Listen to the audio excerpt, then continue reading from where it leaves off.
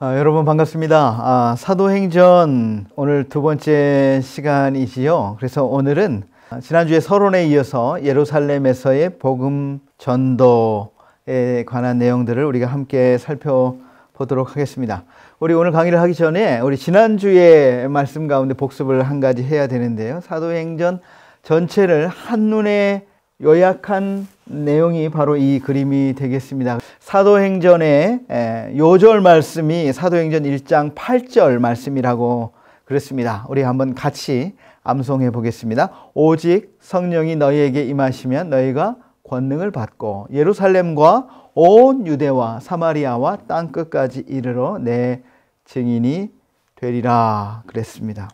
이 예수님께서 승천하시면서 제자들에게 당부하신 마지막 명령대로 이 제자들이 성령의 충만함을 받고 이제 복음의 증인이 되어서 예루살렘에서부터 시작해서 온 유대 지역으로, 지난주 지도를 봤지 않습니까? 예루살렘과 함께 온 유대 지역으로 복음이 확산되는 것을 보았죠. 그리고 그 복음이 이제 넘어설 수 없는 저 사마리아 지역까지, 그리고 사마리아를 넘어서 땅끝까지 복음이 증거되어지는 과정이 사도행전이라고 말씀을 드렸습니다. 그래서 사도행전은 세 부분으로 나눌 수가 있는데요. 지리적으로 나누면 어떻게 된다고요? 예루살렘에서의 복음 전파, 그 다음에 온 유대 사마리아 지역으로 복음이 확산되는 것, 그 다음에 땅끝까지 복음이 확장되어지는 내용이라고 말씀을 드렸어요. 그래서 장수로 따지면 1장부터 7장까지, 8장부터 12장까지, 13장부터 끝장까지라고 말씀을 드렸습니다. 예루살렘에서의 복음 전파의 중심 인물은 누굽니까? 바로 베드로고요. 온 유대와 사마리아에서의 복음 전파의 중심 인물은 빌립인데, 이 빌립은 그 7 집사님 중에 한 분인 빌립 집사님이 사마리아 지역의 복음 증거하는 일의 주인공이 되는 것을 볼 수가 있습니다. 그 다음에 땅끝까지의 복음을 전하는 것의 중심 인물은 바로 바울이 되겠습니다. 복음 전파의 대상은 뭐예요? 예루살렘에서의 복음 전파의 대상은 유대인이고, 사마리아 지역에서의 복음 전파의 대상은 사마리아인이고, 땅끝까지 복음 전파의 대상은 누가 되겠습니까? 이방인들이 되겠죠. 드디어 복음이 이제 유대인을 넘어서 사마리아를 넘어서 이방인에게까지 복음이 증거되어지는 것을 보게 되는 것이죠. 그래서 사도행전의 핵심 단어는 교회인데, 교회가 세워지고 교회가 확산되고 그 다음에 교회가 확장되어지는 내용이다, 이렇게 말할 수가 있고요. 1장부터 7장까지는 2년의 시간 동안 이루어진 일이고, 8장부터 12장까지는 13년 동안 있었던 역사적 기록이고요. 13장부터 28장까지는 14년의 기록, 그동안의 1차, 2차, 3차, 4차의 사도 바울의 전도 여행을 기록하고 있는 것을 우리가 지난주에 배웠는데요. 오늘 다시 복습을 하게 됐습니다. 여러분, 이 그림은 여러분 머릿속에 잘 기억하고 있어야 우리가 사도행전을 공부하는 데 더 큰 도움이 되리라 생각이 됩니다. 이제 드디어 사도행전 1장부터 이제 내용이 나오는데, 사도행전 1장은 어디서부터 봐야 되냐면 누가복음 끝장에서부터 시작한다고 보면 될 것 같습니다. 지난주에도 말씀을 드렸지만 사도행전과 누가복음은 저자가 같아요. 그죠? 누가가 쓴 두 번째 책이 사도행전이라고 말했는데, 예수님의 부활 그리고 승천의 이야기가 간단하게 누가복음 24장에 나와 있는데, 그리고 다시 사도행전 시작하면서 그 이야기를 계속 이어서 하고 있는 것을 보게 됩니다. 부활하신 예수님께서 40일 동안 많은 제자들에게 나타나셨지요. 그래서 예수님이 부활하신 몸으로 직접 내 손을 한번 만져보라, 내 손목에 이 못자국, 내 옆구리에 창자국 직접 만져보라, 그리고 내가 다시 살아난 것을 믿으라, 이렇게 말씀을 하셨지요. 그래서 우리가 나중에 부활하면 어떤 몸이 될 것인가, 그것은 바로 예수님의 부활하신 몸처럼 되는 거예요. 그래서 예수님은 부활하신 몸으로 잡수시기도 하시지 않았습니까? 생선을 구워서 또 잡수시기도 하셨지요. 그리고 제자들이 있는 그 방, 문이 이렇게 닫혀 있는 그곳을 예수님이 통과해서 들어오기도 하셨어요. 직접 만지면 육체가 있는데 그 몸을 통과하는, 그 방을 통과하는 몸이 되셨고, 하늘로 올라가시기도 하시고 하늘에서 내려오시기도 하시는 몸, 이 부활의 몸이에요. 그러나 이 몸은 고린도전서 15장에 보니까 병들거나 노쇠하거나 썩지 않는 완전한 몸이다, 이렇게 말하고 있어요. 예수님의 부활하신 모습은 많은 사람들에게, 많은 제자들에게 보여주셨습니다. 40일 동안 나타내 보여주셨고요. 그리고 마지막에는 예수님이 승천하실 때에는 400여 명의 사람들에게 한꺼번에 보여진 것을 알 수가 있습니다. 400명이 한꺼번에 목격을 했다는 거예요. 그러니까 예수님이 부활하신 것은 어떤 한 사람, 그냥 개인이 착각할 수 있는 한 사람이 아니라 목격자가, 이렇게 수없이 많은 목격자가 있는 것이죠. 그리고 예수님께서 이렇게 승천하시는 사건, 예수님이 승천하시면서 천사들이 뭐라고 말합니까? 너희가 본 그대로 예수님이 다시 오실 것이다, 이렇게 말하지 않았습니까? 예수님의 십자가의 죽음, 이것도 모든 사람들이 다 본 역사적인 사실 아니겠습니까? 그래서 예수님의 이 십자가의 사건은 사복음서에 아주 자세하게 아주 성경에 많은 분량을 차지할 정도로 자세하게 묘사되어 있어요. 예수님의 십자가의 사건이 정말 역사적인 사건이라는 것을 알 수가 있죠. 그 다음에 예수님의 부활, 수많은 증인들을 통해서 또 나타내 보여주셨고요. 예수님의 승천 또한 400명의 목격자가 있는 공개적인 사건이, 아무도 모르는데 예수님이 승천하시지 않았고 모든 사람이 보는 그 가운데 예수님이 승천하신 것을 알게 됩니다. 지금도 이스라엘에 가면 예수님이 승천하셨다고 하는 장소에 작은 교회가 세워져 있어요. 아주 조그마한 교회가 세워져 있고 그 안에 이렇게 들어가 보면은 큰 바위가 그 바닥에 있는데 거기에 이렇게 발자국 같은 게 있어요. 근데 거기 있는 사람들은 그게 예수님이 승천할 때 그 바위를 밟아가지고 생긴 예수님의 발자국이다, 이렇게 말하기도 하는데, 그게 뭐 제가 보기에는 사실인 것 같지는 않지만, 그러나 예수님이 승천하신 장소, 그것은 수백 명의 사람이 목격을 했다는 것이고, 또한 예수님의 승천과 함께 예수님의 재림 또한 공개적으로 너희들이 본 그대로 모든 사람들이 보는 앞에서 예수님이 다시 오실 것이다, 이런 것입니다. 여러분, 예수님의 재림은 모든 사람들이 알게 되는 전 세계적인, 전 우주적인 사건이 될 거예요. 예수님이 몰래 오시지 않았다는 거예요. 그래서 오늘날에도 보면은 몰몬교, 또 안식교, 그 다음에 뭐 통일교는 내가 재림 예수다, 그러지 않습니까? 그 사람이 재림 예수인데 아무도 몰라요, 재림한 것을. 그러나 예수님의 재림은 그렇게 아무도 모르게 오시지 않는다는 거예요. 전 세계가 다 아는 역사적인 우주적인 종말의 사건이 예수님의 재림의 사건이 될 것이요, 예수님의 재림은 예수님이 첫 번째 오셨을 때에는 양으로, 구원자로 오셨지만 예수님이 두 번째 다시 오실 그때에는 사자로, 심판자로 오신다는 것입니다. 그래서 더 이상 기회가 없어요. 우리의 이 땅의 모든 것을 심판하시기 위해 예수님께서 다시 오시게 될 것이고, 그것은 우주적인 사건이 될 것이다 라고 하는 것입니다. 예수님의 재림을 목격한 400명이 있었지 않습니까? 너희가 예루살렘을 떠나지 말고 나에게 약속한 그 성령의 충만함을 기다리라, 성령의 세례를 기다리라 말씀하셨는데, 그 말씀을 듣고 예수님의 승천을 목격했던 사람이 400명인데요. 그들 중에 280명은 다 가버리고 120명이 그 마가의 다락방에 모여서 함께 기도하기 시작했습니다. 여러분, 이 마가의 다락방은 예수님께서 늘 자주 찾던 곳이었어요. 예루살렘에 오실 때마다 자주 찾던 곳이었어요. 그래서 예수님께서 마지막 최후의 만찬을 하신 곳도 이곳이었고요.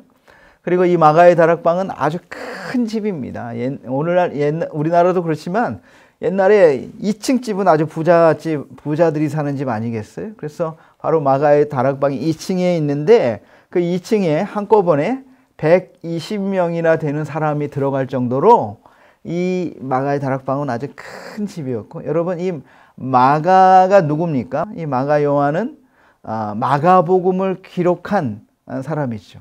그죠? 베드로의 수행원이었고 베드로의 설교를 통역했던 이 젊은 청년이 마가였었는데, 마가는 어릴 때부터 이 집에서 예수님이 늘 이 집을 방문했고 예수님의 제자들이 늘 이 집을 방문했기 때문에 예수님을 그 전에 살아계셨을 때에도 여러 번 만난 경험이 있는 사람이었어요. 그리고 그 마가의 다락방에 모여서 이제 베드로와 함께 그 120명의 사람이 함께 기도를 하는 것입니다. 여러분, 이 기도의 자리에는 예수님의 어머니 마리아도 이곳에 있었어요.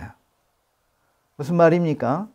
마리아가 우리의 기도의 대상이 아니고 마리아조차도 함께 하나님 앞에 기도해야 되는 사람이다라고 하는 것이죠. 오늘날 캐톨릭에서는 이 마리아에게 또 성인에게 대신 기도를 부탁하지 않습니까? 그러나 오늘 우리의 기도를 받으시는 분은 하나님이시고 마리아조차도 예수님의 어머니 마리아조차도 함께 그 자리에서 함께 성령의 오심을 함께 기도했다라고 하는 것입니다.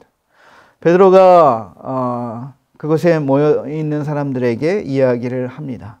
우리 12명의 사도 가운데 가롯 유다는 예수님을 팔고 그 죄책감에 자살을 하지 않았습니까? 그래서 목매달아 자살을 했는데 그 줄이 나중에는 끊어져 가지고 땅바닥에 떨어져서 배가 터져서 창자가 개어 나올 정도로 그렇게 비참한 죽음을 맞이하게 된 것이지요.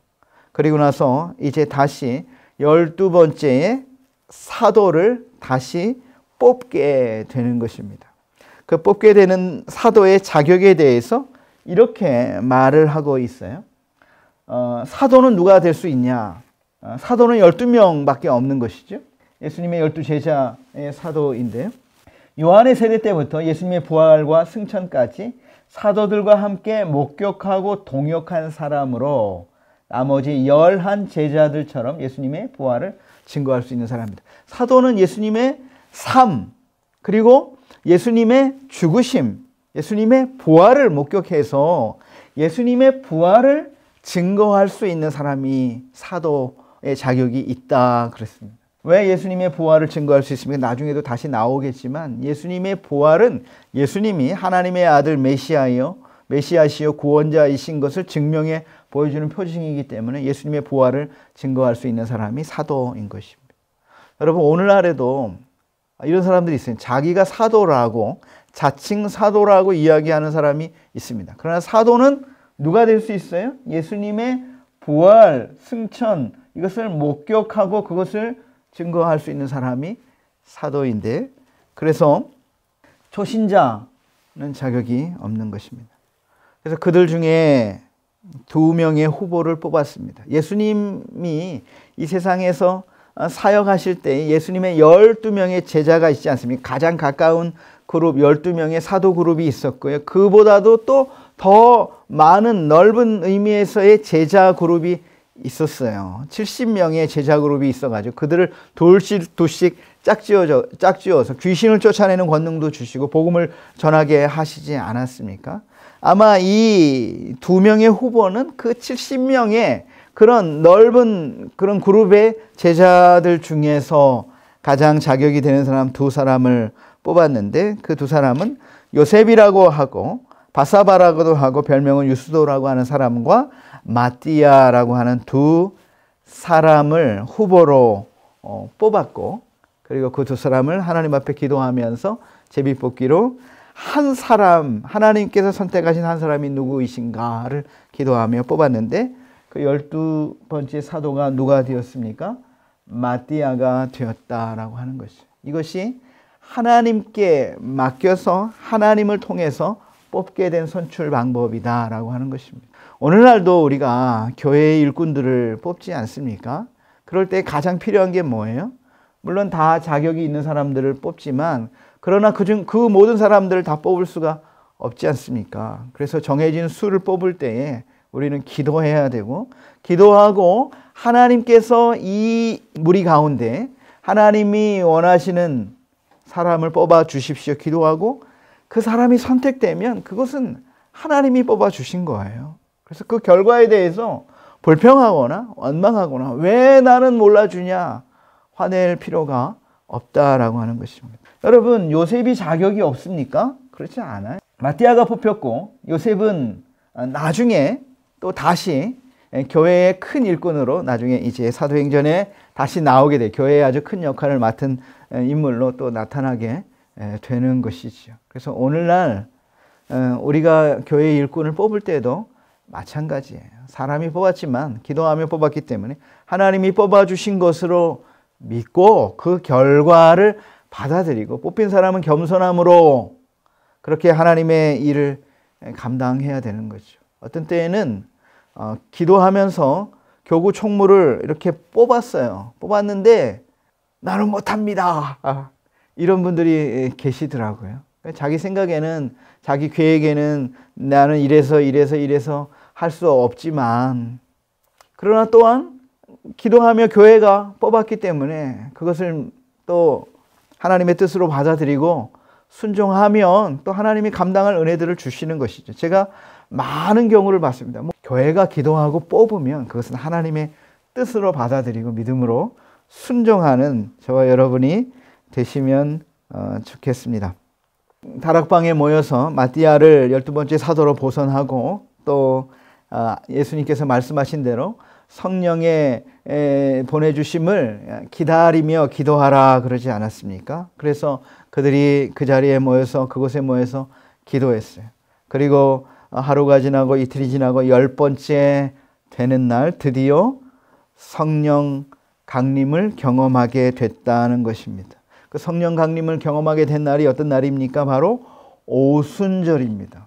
여러분, 구약에 절기가 있죠. 우리 레위기에 보면은 이스라엘 사람들이 지켜야 될 7절기에 대해 나오고 있는데 사실 이 7절기 예수님이 그냥 지키라고 하니까 하나님이 모세를 통해서 이 7절기를 지키라고 하니까 사실은 그 의미가 뭔지도 모르지만 이스라엘 백성들이 그 절기를 지켰지만 지금 보면 이 신약의 관점에서 보니까 그 7절기가 다 의미가 있다라고 하는 것이죠. 7절기 유무초 오나 속장 이렇지 않습니까? 6월절과 무교절과 초실절이 함께 이렇게 지나는 절기예요. 그래서 6월절로 시작하죠. 6월절로 시작해서 그 무교절의 일주일간의 축제가 있는데 6월절이 금요일이지 않습니까? 안식일을 지나서 안식 후 첫날이 초실절이에요. 그러니까 6월절은 예수님의 죽음, 그리고 초실절은 뭡니까? 예수님의 부활을 의미하는 것 아니겠어요? 그리고 초실절이 있은 다음에 50일이 지나면 예수님이 부활하신 지 40일 동안 이 땅에 제자들과 함께 있고 예수님이 승천하시고 열흘이 50일이 됐지 않습니까? 그 50일이 되는 날이 오순절이고 또 다른 말로 하면 맥추절이라고도 하는데요. 이제 초실절이 지났고 이제 50일이 되면 이제는 온 유대 지역의 땅에서 보리를 추수하는 날이에요. 첫 번째 열매, 부활의 첫 번째 열매가 예수님이시고 이제는 모든 지역에서 추수를 할 수 있는 절기가 오순절이요 맥추절인데 그때에 성령 강림의 사건이 일어났습니다. 그러니까 오순절은 성령 강림을 상징하는 절기지요. 그래서 120명의 그 회중들이 그 한 마음으로 기도하는 가운데 성령 강림을 경험하게 되지 않았습니까? 이 경험을 통해서 나타난 첫 번째 현상은 무엇입니까? 하늘로부터 급하고 강한 바람 같은 소리가 났고 그 정확히 뭔지 모르지만 불의 혀 같은 모양이 각 사람의 머리 위에 나타나게 됐고, 그리고 그들이 성령 세례를 받게 되었다. 온 회중이 한꺼번에 성령 세례를 받게 된 것을 보게 됩니다. 여러분, 성령 세례 그리고 성령 충만의 사건이 있는데, 성령 세례는 뭐냐면 고린도전서 12장 13절에 보면 성령 세례를 통해서는 온 회중을 그리스도 안에서 한 몸을 이루게 하는 세례가 성령 세례예요. 우리가 유대인이나 헬라인이나 종이나 자유자나 한 성령으로 하나가 되었다 그랬어요. 그래서 성령 세례를 통해서 그리스도의 몸을 이루는 한 공동체가 되게 하시는 것, 그것이 바로 성령 세례이고요. 성령 충만은 또한 성령의 충만함을 통해서 복음을 전할 수 있는 능력을 이제 채워 주신 것을 우리가 알 수가 있습니다. 또 성령 세례를 받아 믿는 사람들이 성령으로 충만해졌는데요. 그러고 나서 두 번째로 외적인 현상이 일어났는데, 다른 언어들로 말하게 됐다는 것입니다. 옛날 성경에는 방언이라고 되어 있는데, 지금 성경에는 다른 언어, 영어로도 other tongue이라고 되어 있어요. 다른 언어들로 말하는 그런 외적인 그런 현상이 나타나게 됐습니다. 여러분, 성령 충만이라고 하는 것은 신약 성경에 수차 언급이 되어 있는 것인데, 성령 충만을 받은 사람은 또 나중에 보니까 여기에 제자들이 성령 충만을 받지 않았습니까? 근데 나중에 4장에 가니까 또 이 제자들이 다시 기도하는 가운데 성령의 충만함을 받게 되는 것이지. 그러니까 성령의 충만함은 반복될 수 있는 사건이라고 하는 것입니다. 반복되는 영적인 경험이다라고 하는 것입니다. 오히려 에베소서 5장 18절에는 뭐라고 말하고 있습니까? 술 취하지 말라 이는 방탕한 것이니 오직 성령의 충만함을 받으라 할 때에, 이 충만함을 받으라고 하는 이 시제가 현재 명령형이에요. 현재 명령형은 뭐냐 하면 계속 이 상태를 계속해서 반복해서 유지하라 이런 뜻입니다. 그래서 우리가 한 번 성령 충만을 받더라도 또 다시 성령 충만을 사모하고 성령 충만한 상태를 유지하기 위해서 노력해야 되는 것, 이것이 하나님의 뜻이다라고 하는 것입니다. 여러분, 성령 충만이 무엇입니까? 어떤 사람은 성령 충만이 성령이 50% 나를 차지하고 70% 소유하고 90% 소유하고 100% 소유하는 것이 성령 충만이다 이렇게 생각하지만, 그 반대로인 거예요. 내가 성령을 80% 100% 소유하는 게 성령 충만이 아니고, 성령께서 나를 온전히 소유하는 것, 주장하는 것이 바로 성령 충만이다라고 하는 것입니다. 여러분, 에베소서 5장 18절에 술 취하는 것과 성령 충만한 것을 비교하지 않았습니까? 술 취한 사람은 어떻습니까? 술의 지배를 당해요.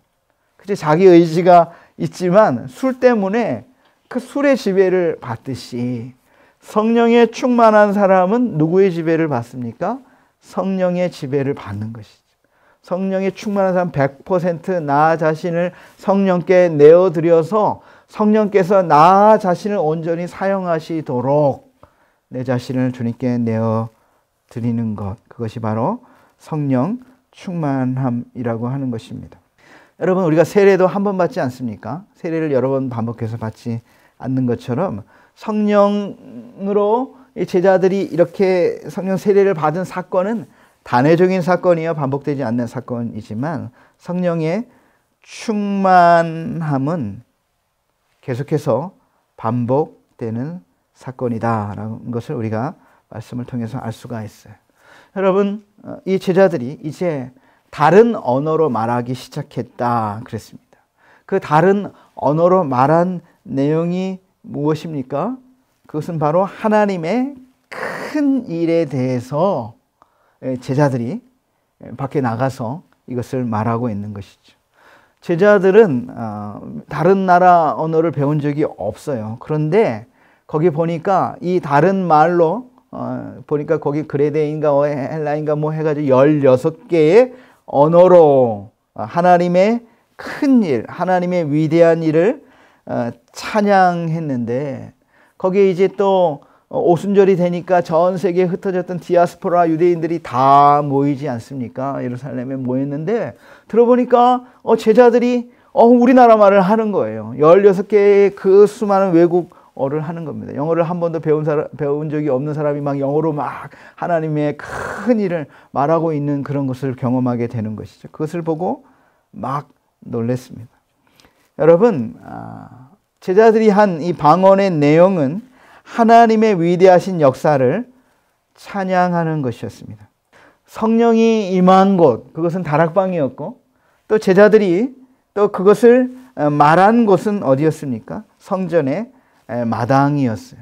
성전에 수많은 사람들이 모여 있었는데 그 사람들이 보면서 이 제자들을 놀리기도 합니다. 어쩐 일이냐, 저들이 새 술에 취했다 그러면서 사도들을 조롱하지 않습니까?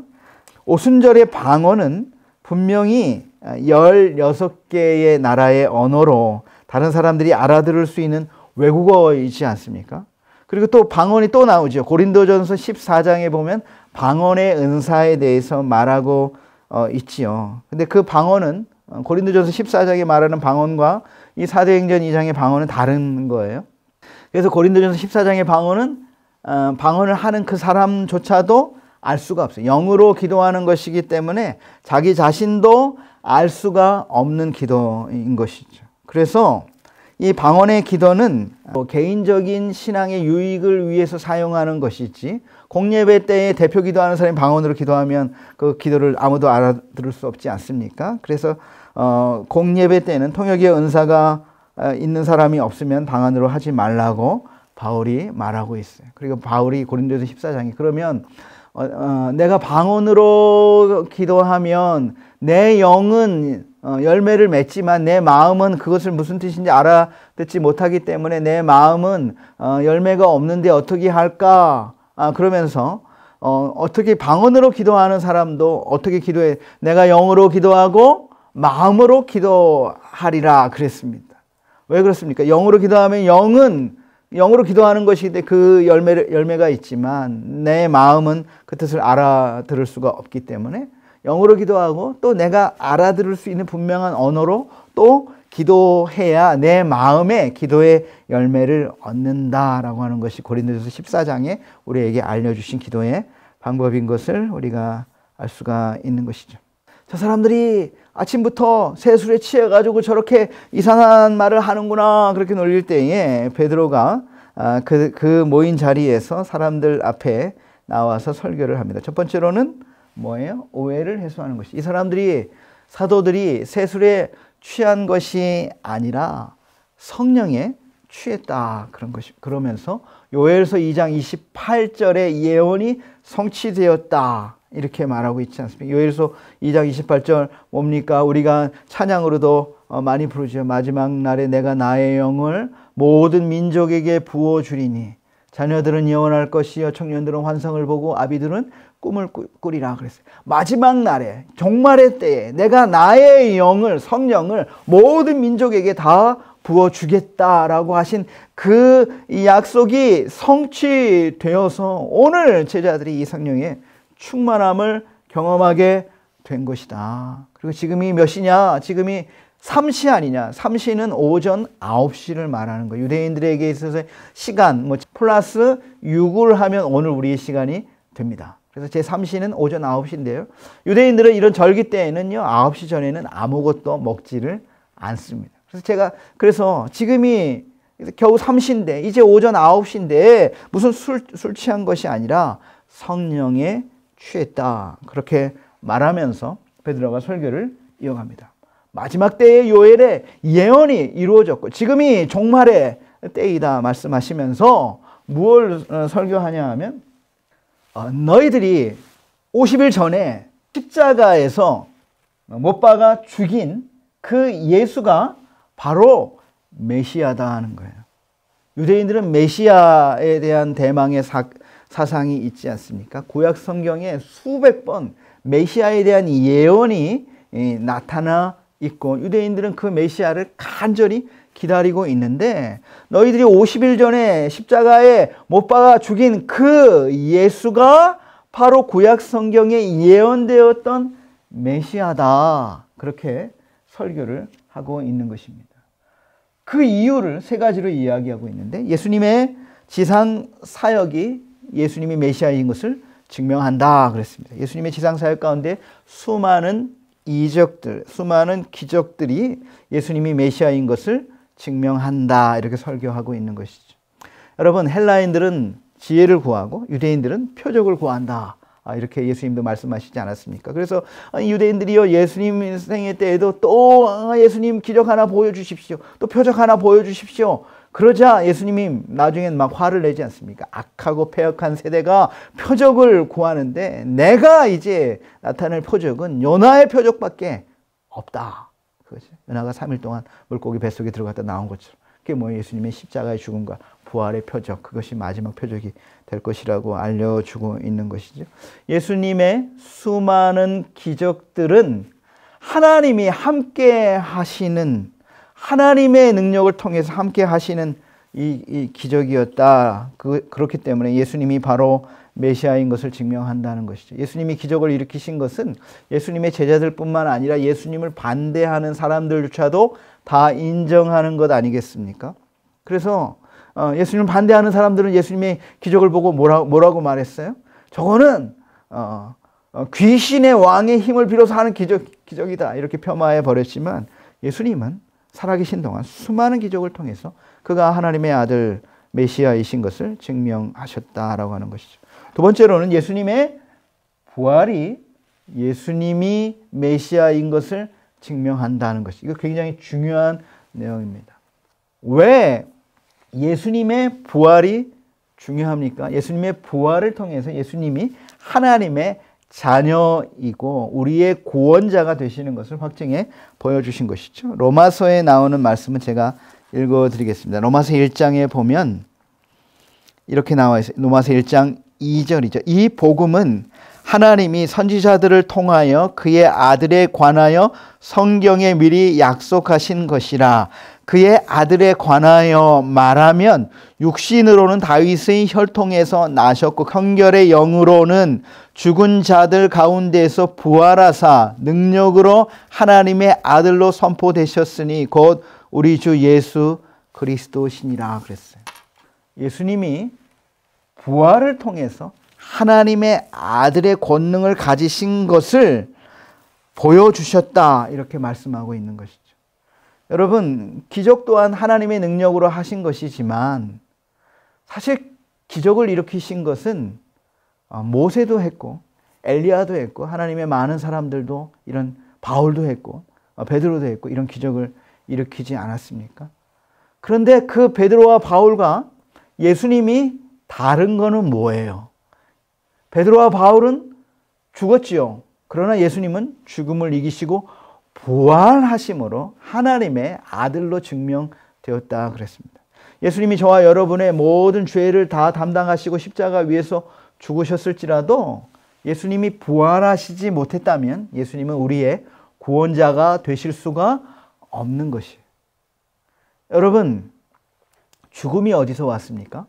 죄로부터 왔죠. 죄의 형벌이 죽음인데 예수님이 우리의 죄를 다 담당하시고 죽으셨을지라도 이 죽음의 권세 아래서 나오지 못했다면 예수님은 우리의 죄의 문제를 해결하실 구원자가 아니신 것이죠. 그러나 예수님은 우리의 죄값을 담당하시고 죽으셨을 뿐만 아니라 죽음의 권세를 깨뜨리시고 부활하심으로 말미암아 우리의 죄의 문제를 해결해 주신 구원자이심을 증명하셨고 하나님의 아들이심을 증명해 주셨을 뿐만 아니라 예수님의 부활의 생명을 우리들에게 주심으로 우리 또한 죽음의 권세를 이기는 하나님의 자녀의 삶을 살 수 있도록 해주시는 분이시다라고 하는 것입니다. 예수님의 부활이 하나님의 아들이심을 증명한다는 것이고, 세 번째로는 예수님께서 성령을 부어주심으로 증명한다는 것. 예수님의 부활과 승천을 통해서 하나님 우편에 계시면서 또한 성령을 보내주시겠다고 약속하셨는데 그 성령을 우리가 이 땅에서 받게 됨으로 말미암아 바로 예수님이 하나님의 아들이신 것, 예수님이 바로 메시아가 되신 것을 베드로가 설계했어요. 너희들이 십자가에 못 박은 그분이 바로 하나님의 아들, 성경에 약속한 메시아 그분이시다. 그러니까 이 설교를 들은 수많은 사람들은 어떻게 말합니까? 아이고, 우리가 어떻게 할꼬? 우리가 어떻게 해야 구원을 받을 수가 있겠습니까? 그러자 베드로가 너희가 회개하고 죄 사함을 받고 예수 그리스도의 이름으로 세례를 받으면 성령을 받으리라. 이렇게 말하고 있는 것이죠. 세례는 구원받은 사람이 자신의 신앙을 공개적으로 증거하는 것입니다. 그래서 예수 그리스도의 이름으로 죄 사함을 받으면 구원을 받은 것이죠. 그러나 왜 세례를 받습니까? 세례를 통해서 나도 이제 구원받은 하나님의 자녀가 되었다는 것을 모든 사람 앞에서 자신이 선언하는 거예요. 자신이 약속하는 거예요. 그래서 오늘날에도 세례는 교회 앞에서 받는 것 아니겠습니까? 그죠? 교회 앞에서, 성도들 앞에서 받죠. 나는 예수 그리스도를 통해서 구원받은 하나님의 자녀가 되었고 이제 교회 공동체와 함께 믿음의 삶을 함께 이어가겠습니다. 주님의 증인으로 살아가겠습니다. 라고 하는 서약이 세례인 것이죠. 그래서 공개적인 자신의 신앙을 증거하는 것, 그것이 바로 세례인데, 그날에 이 베드로의 설교를 듣고 회개하고 예수 그리스도를 영접하고 죄사함 받고 세례를 받은 사람이 하루에 3,000명이나 되었다. 이렇게 말하고 있어요. 이제 120명의 소그룹의 다락방 교회가 이제 갑자기 3,000명이 넘는 대형 교회로 세워지게 되었다라고 하는 것이죠. 그런데 교회의 크기는요, 사람이 정하는 게 아니에요. 대형 교회를 이루시는 것도 하나님이시고 또 소형 교회를 이루시는 것도 하나님이시죠. 그 지역에 하나님의 필요에 따라서 하나님께서 교회를 세우시는 것이지, 하나님이 세우신 모든 교회는 다 소중한 교회요, 하나님의 사명을 감당하는 교회다라고 하는 것이죠. 오늘 120명이 갑자기 3,000명이 넘는 대형 교회가 된 예루살렘 교회가 얼마나 아름다운 모습으로 세워져 가고 있는지를 말씀해 주고 있는데 12가지 특징이 나와 있어요. 그래서 오늘 우리도 이런 12가지 특징의 교회가 되면 좋겠다, 이런 마음이 있습니다. 첫 번째로는 뭡니까? 구원의 공동체죠. 복음을 듣고 세례를 받는 사람이 날마다 증가했어요. 하루에 3,000명이나 되는 성도가 구원을 받았고요. 그 이후에도 이루 말할 수 없는 사람들이 세례를 받고 복음을 듣고 구원받은 하나님의 백성이 되었다라고 하는 겁니다. 오늘날도 교회가요, 많은 사람들이 오게 되지 않습니까? 그래서 교회가 성장을 하는데 제일 좋은 거는, 물론 뭐 다른 교회에서 신앙생활하다 오는 것도 참 감사한 일이고 좋은 일이지만, 예수님을 처음 믿고 복음을 듣고 그리고 예수님을 영접하고 세례를 받는 사람들이 많은 교회가 참 하나님이 보시기에 아름다운 교회인 것이, 죽음에서 생명으로, 마귀의 자녀에서 하나님의 자녀가 된 증표가 세례 아니겠습니까? 그래서 세례를 받는 사람이 많아지기를 기도해야 돼요. 두 번째로는 양육의 공동체였죠. 사도들로부터 계속 말씀을 배웠습니다. 오늘날 교회도 마찬가지입니다. 계속해서 양육이, 말씀을 통한 신앙의 양육이 이루어지는 공동체가 좋은 교회라고 하는 것입니다. 그리고 이 양육의 마지막 골은 어디냐 하면, 다른 사람을 또 세워서 또 복음 증거자로 세워지는 것이 양육의 마지막 목표가 되어야 되는 거예요. 이런 양육과 훈련을 통해서 나는 장로가 되기 위해서, 나는 권사가 되기 위해서 훈련받는 것이 아니다라고 하는 겁니다. 하나님의 일꾼으로, 또 복음을 전하는 증거자로 하나님을 섬기는 그런 교회의 일꾼들로 세워지는 것이 양육의 목표가 되어야 된다고 하는 것이죠. 세 번째로는 어떤 공동체입니까? 교제의 공동체죠. 성도 간의 교제가 늘 있었습니다. 늘 식사를 함께 했습니다. 여러분, 함께 먹는 거, 이거 얼마나 참 좋은 건지 모르겠어요. 그래서 교회는 모일 때마다 자꾸 뭘 먹으면 좋습니다.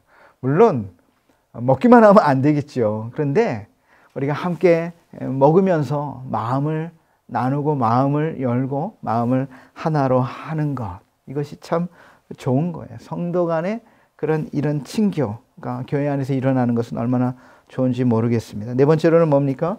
기도의 공동체인 것이죠. 함께 모여서 함께 한 마음으로 기도하는 공동체가 되었습니다. 오늘도 마찬가지죠. 교회는 기도하는 집, 내 집은 만민이 기도하는 집이라 이렇게 말씀하셨는데 성도들이 모인 신앙 공동체는 바로 함께 모여 하나님의 은혜를 구하며 기도하는, 그리고 그 기도를 통해서 하나님의 더 충만한 은혜, 더 새로운 영적인 충만함을 얻는 장소, 그것이 바로 교회인 것이지.